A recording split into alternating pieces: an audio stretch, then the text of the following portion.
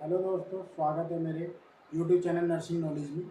मैं आज आपको बताने वाला हूं कि हम पेशेंट को एंटीबायोटिक डोज देते हैं तो उस डोज से पहले हमको पेशेंट को चेक करना है कि टेस्ट डोज दे करके, जिसको हम मेडिकल एसोसिएशन में उसको AST भी बोलते हैं।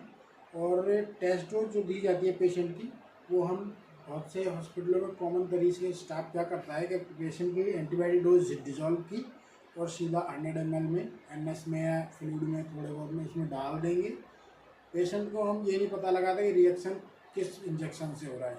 ठीक है, तो अगर कोई भी हम एंटीबायोटिक डोज पेशेंट को देते हैं तो हमको उससे पहले उसका AST टेस्ट करना चाहिए, क्योंकि हमको पता लग सकता है कि किस एंटीबायोटिक से पेशेंट को दिक्कत हो रही है, रिएक्शन हो रहा है।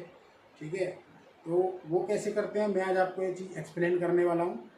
हम एक सिरिंज ले लेंगे 1 ml की, जिसमें 26 नंबर नीडल होती है, और उसमें से हम जो भी इंजेक्शन डिजोल्व करते हैं, मानो सपोज देंगे कि मैंने इंजेक्शन डिजोल्व किया पेशेंट को देने के लिए, मुझे IV देना है, तो इसकी मैं AST डोज इसकी जो 0.5 होती है वो मैं पेशेंट को पहले दूंगा और वेट करूंगा 10 से 5 मिनट का कम से कम, कि पेशेंट को कोई रिएक्शन तो नहीं हो रहा है, उससे कोई दिक्कत तो नहीं हो रही है।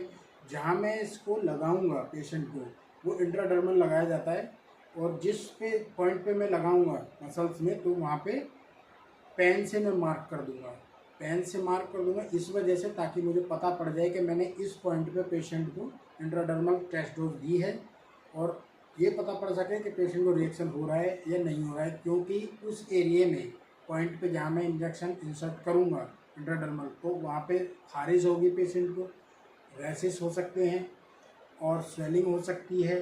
इतने हिस्से, थोड़े हिस्से में पॉइंट के चारों तरफ उसमें रेडनेस हो सकती है। ये हमारे पेशेंट के इंजेक्शन के लक्षण होते हैं कि पेशेंट को ये इंजेक्शन हमारा रिएक्ट कर रहा है। अगर ऐसा कुछ नहीं होता है तो समझ लो कि पेशेंट के एंटीबायोटिक सेफ है, फिर हम IV पेशेंट को दे सकते हैं। Be careful.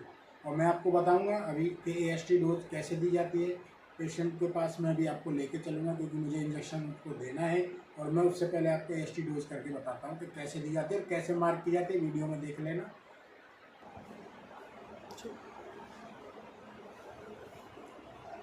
AST डोज लगा रहे हैं हम, वो हमको इंट्राडर्मल पेशेंट को देना है।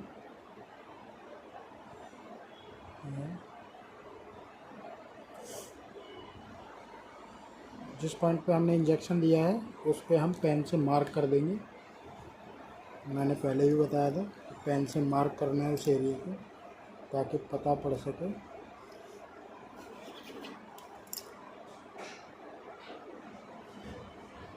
सर्कल बना दिया मैंने, ये सर्कल से कंफर्म हो जाएगा पेशेंट को हमने कहाँ पर AST डोज दी है। कोई रिएक्शन होता है, कोई दिक्कत होती है, तो पेशेंट को यहाँ पे रैशेस, रेडनेस, स्वेलिंग होगी, तो समझो पेशेंट को इंजेक्ट जो है हम देने वाले हैं वो रिएक्ट कर रहा है। Thank you.